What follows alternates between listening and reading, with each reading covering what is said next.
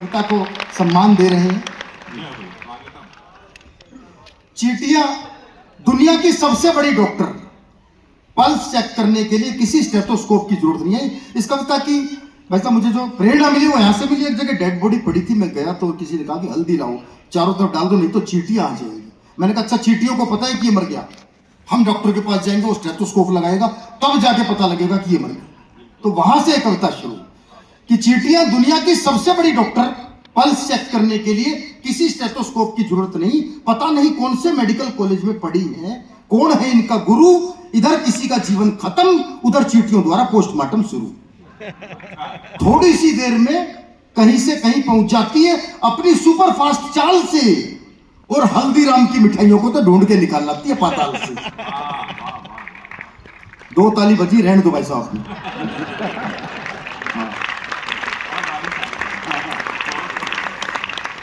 हल्दीराम की मिठाइयों को तो ढूंढ के निकाल लाती है पाताल से। मीठा बहुत पसंद है इनको, लेकिन ज्यादा स्वाद नहीं भाता इनको खारे का। और सबसे पहले चींटियों को ही पता चलता है मोहल्ले के हर भंडारे का। सबसे पहले चींटियों को ही पता चलता है मोहल्ले के हर भंडारे का। मैंने एक चींटी से पूछा, तुम अगले जन्म में चींटी बनना चाहती हो या चींटा? बोली वैसे तो मैं हर जन्म में चींटी बनना चाहती हूँ, लेकिन उसमें एक ही घाटा है, अगर कोई चींटा किसी को काट ले तब भी बदनाम हम ही होती है, जरूर किसी चींटी ने काटा। एक चींटा मुझे चिढ़ाते हुए बोला, तुम्हारी गर्लफ्रेंड तो सिर्फ तुम्हारे दिल में रहती है, लेकिन हमारी गर्लफ्रेंड चींटी तो हमारे साथ ही हमारे बिल में रहती है।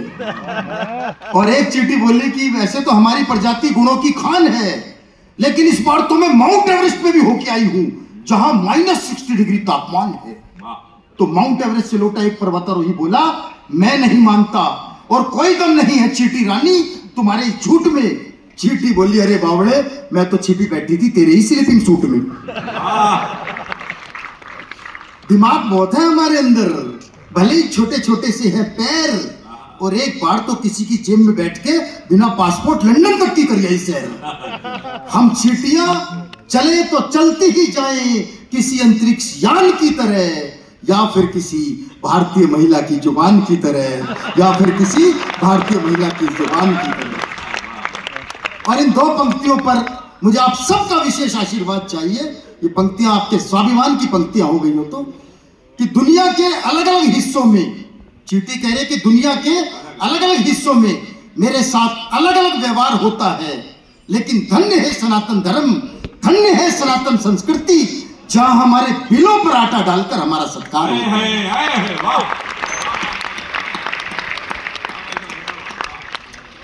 चींटी बोली, वैसे तो मैं किसी को कुछ नहीं कहती, लेकिन अगर कोई छेड़ दे तो ऐसा काट खाऊं कि सारा नशा उतार दूं, और सूंड में घुस जाऊं तो बड़े से बड़े हाथी को मार दूं। अगर सूंड में घुस जाऊं तो बड़े से बड़े हाथी को मार दूं।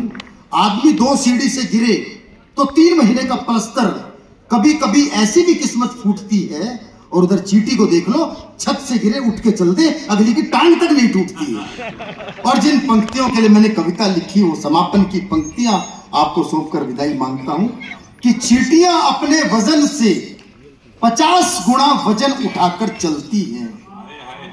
चींटियां अपने वजन से 50 गुना वजन उठाकर चलती हैं। दिन और रात 24 घंटे जिंदगी ने उनसे बहुत मेहनत करवाई है। इसीलिए चींटियां कभी भी सोती नहीं, क्योंकि भगवान ने उनके हिस्से में नींद ही नहीं बनाई है। भगवान ने उनके हिस्से में नींद ही नहीं बनाई है। और जब नींद नहीं तो सपने नहीं, जब नींद नहीं तो सपने नहीं। इसलिए सपनों की दुनिया को छोड़ो और जीवन में आगे बढ़ने के लिए इन कर्मठ चींटियों की तरह अनवरत दौड़ो। अब देखना यह है कि हम में से कौन कौन है जो अपने उद्देश्य की प्राप्ति के लिए अपना सर्वस्व झोंक सके। फिर देखना, दुनिया की कोई ताकत नहीं जो हमें हमारी लक्ष्य प्राप्ति से रोक सके, जो हमें हमारी लक्ष्य प्राप्ति से रोक सके, जो हमें।